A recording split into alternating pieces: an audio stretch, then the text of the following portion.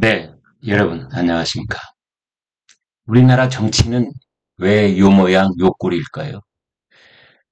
우리나라 정치의 그 난맥, 여야의 극한 대립, 민생을 도외시한 정쟁 일변도의 정치 현주소, 그 정치인들의 민낯, 이 사람들이 원래 나쁜 사람들이었을까요?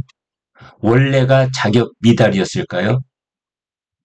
저는 그렇게 보지 않습니다. 여기는 반드시 원인이 있습니다. 원인이 있는데 모르고 있거나 아니면 알면서도 말을 하지 않고 있거나 둘 중에 하나인데요. 지난주에 저는 가장 중요한 정치적 사건이 추경호 국민의힘 원내대표의 교섭단체 국회 대표연설이라고 봅니다. 여기서 추경호 국민의힘 원내대표가 뭐라고 했느냐 이렇게 말했습니다.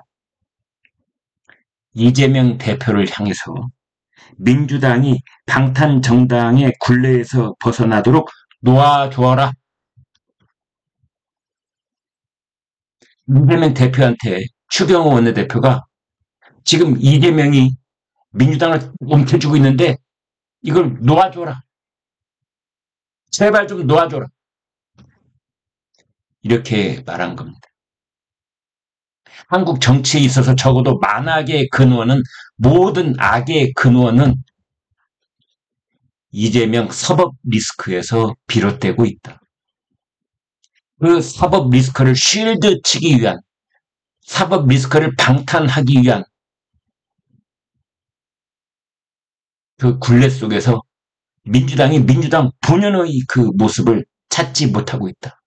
대한민국 정통 야당으로서 대한민국 그 민주화에 가장 앞장섰던 그런 측면에 있어서의 그 민주당이 프라이드를 가져도 되는 그런 민주당의 그 역사와 전통이 어디론가 사라지고 오로지 한 사람만을 위한 방탄정당으로 전락해버린 데에는 이재명 사법 리스크가 있는 거고 이 사법 리스크 때문에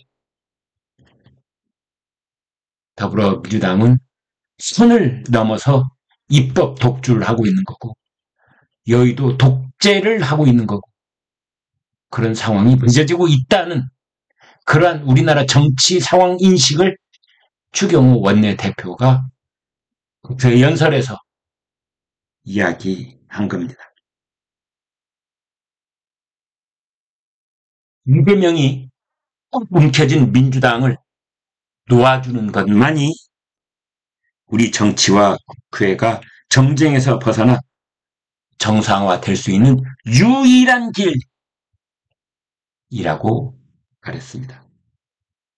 거대 야당의 힘자랑, 입법 폭주, 뭐 이런 것들은 민주당이 그 길이 옳기 때문에 붙잡고 있는 측면이라기보다는 이재명을 방탄하기 위해서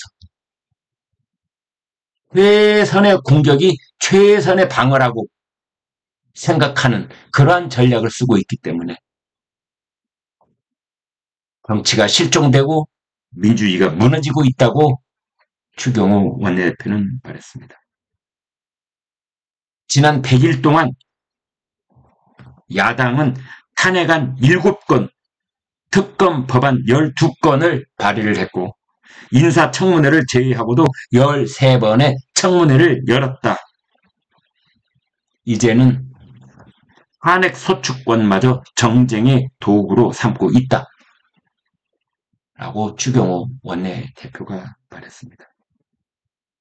추경호 원내대표의 이러한 정치 분석과 정치 상황 인식은 지난 10년 동안 한국 정치의 이 소롱에 빠져버린 한국 정치의 그 원인을 정확하게 진단해내고 있다라는 평가를 받았습니다.